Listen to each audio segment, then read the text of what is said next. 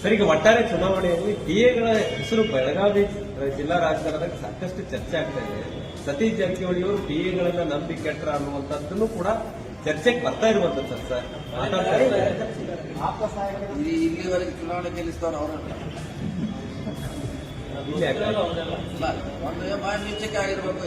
ಯಾಕಂದ್ರೆ 2018ರಲ್ಲೂ ಅಂತದೊಂದು ಅನುಭವ ಆಗಿತ್ತು. ಆವಾಗ ನಾನು ಕಾನ್ಸ್ಟಿಟ್ಯೂನ್ಸಿಗೆ ಹೋಗದೇ ಆಗೋದ್ರಿಂದ ಅದಾಗಿತ್ತು. ಹೊರತಾಗಿ ಪಿಎಗಳಿದ್ದಲ್ಲ, ನಾನು ಕಾನ್ಸ್ಟಿಟ್ಯೂನ್ಸಿಗೆ ಹೋಗಿದ್ದೆ.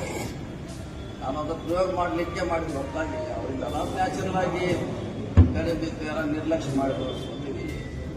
ಪಿಎಗಳಿಂದ ಆಗಿದ್ದಂತ ಅನ್ನೋಲ್ಲ ಅಥವಾ ಯಾರಿಗೂ ಆಗಿಲ್ಲ. ಕೆಲವು ಇರ್ಬೋದು, ಅವರಲ್ಲಿಯೂ ಸಹ ಸಮಸ್ಯೆ ಇರ್ಬೋದಿಲ್ಲ ಅಂತ ಹೇಳಿದ್ದಾಗಲ್ಲ. ಸೋಲಿಕ್ಕೆ ನಾವು ಸ್ಟ್ರಾಟಜಿ ಮಾಡೋದು ಕೂಡ ಎಲ್ಲರನ್ನ ಮುಟ್ಟುವಲ್ಲಿ ನಾವು ಅದ್ರ ಜೊತೆಗೆ ನೀವು ಮುಟ್ಟಿಸಲೇ ಇಲ್ಲ ಸರ್ ಜನರ ಹತ್ರ. ಅದೇ ಮುಟ್ಟಿಸ್ಲಿಕ್ಕೆ ಅವರಷ್ಟೇ ಅಲ್ಲ, ಪಿಎಗಳು ಅಷ್ಟೇ ಕಾರಣ ಅಲ್ಲ.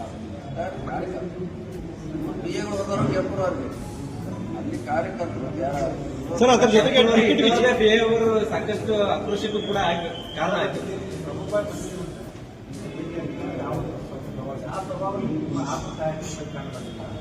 ಕಲ್ಸಲ್ಲ, ಇದು ಒಂದೊಂದ್ಸಲ ಪಾಠ ಕಲ್ತಾಗ ಈಗ ಅವ್ರಿಗೂ ಪಾಠ ಹೇಳೋಣ. ಹಿಂಗೆ ನಿಮ್ಮಿಂದ ಹಿಂಗೆ ಫೀಡ್ಬ್ಯಾಕ್ ಬಂದಿದೆ, ನೀವು ಬದಲಾವಣೆ ಆಗಂತ ಅವ್ರಿಗೂ ಹೇಳೋಣ. ಮಂದಿಗಳಿಗೆ ಇರಬೇಕು.